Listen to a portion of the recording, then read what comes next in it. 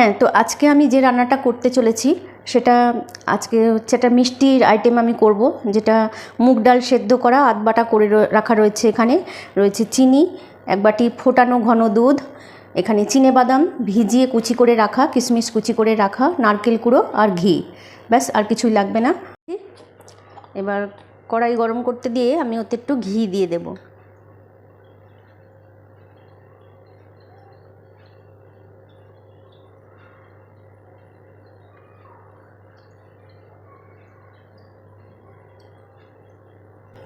ঘিটা গরম হয়ে গেছে, এবার আমি এক এক করে সব জিনিসগুলো দিয়ে দেব। প্রথমে দিচ্ছি মুগের ডাল সেদ্ধটা, মুগের ডাল সেদ্ধ,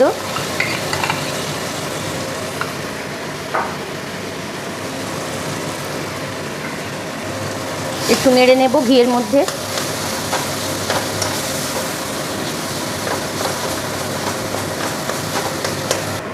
এর মধ্যে ঘন দুধটা দিয়ে দিচ্ছি।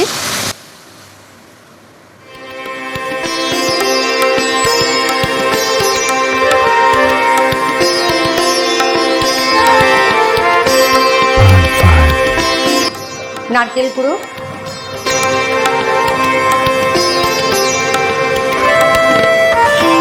বাদামের কুচিগুলো,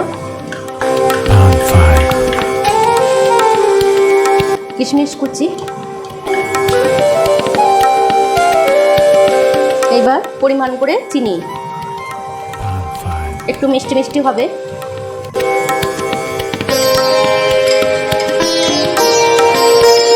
এবার এই সব জিনিসগুলো খুব ভালো করে মিশিয়ে নিতে হবে, নেড়ে নেড়ে।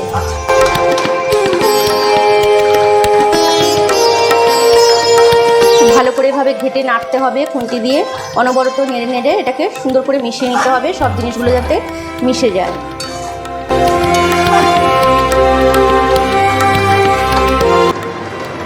এই রান্নাটা করার সময় আঁচটার দিকে একটু খেয়াল রাখতে হবে, যাতে খুব বেশি আঁচ দিলে চলবে না, একটু মিডিয়াম আঁচে করতে হবে আর অনবরত নাড়তে হবে। ঠিক অনেকটা পায়েসের মতো, পায়েস যাতে নিচে থেকে বসে না যায় তার জন্য অনেকটা নাড়তে হয়। এটাও ঠিক এভাবে শুকনো করতে হবে নেড়ে।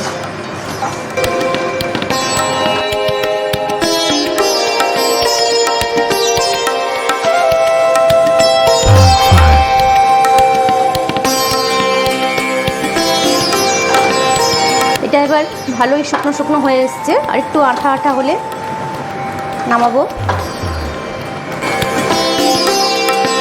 এটা কিন্তু খুবই ঘন হয়ে এসেছে আর আঠা আঠা হয়ে আসছে, মানে আমি নাড়ছি তো বুঝতে পারছি খুন্তিটা আঠার মতো লাগছে। তো এইভাবে এটা এবার প্রায় হয়ে এসেছে, আর একটুখানি হলেই অনেকটাই শুকনো হয়েছে। এবার আমি নামাবো, আর একটু নেড়ে চেড়ে নামাবো। তো আমার এটা এবার হয়ে গেছে।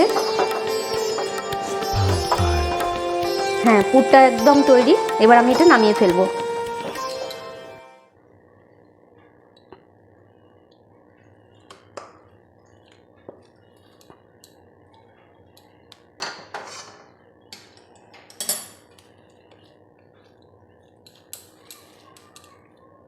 এবার এটাকে একটা থালার মধ্যে রেখে একটা গোল শেপ দিতে হবে, দিয়ে ঠান্ডা করতে হবে। এটা আমি থালার মধ্যে ঢালা হয়ে গেছে।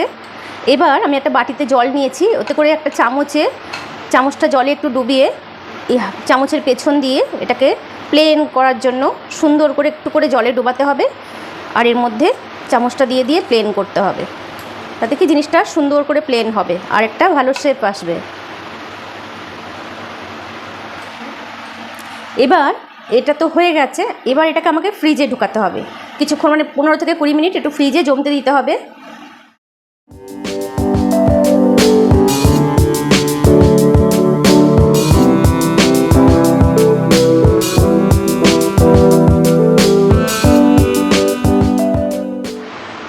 হ্যাঁ, তো এটা আমি ফ্রিজ থেকে বার করে ফেলেছি, জমে গেছে, ভালোই জমে গেছে। এবার এটাকে আমি বরফির আকারে সন্দেশের মতো করে কাটবো। তার আগে ছুরিতে একটু ঘি মাখিয়ে নেব।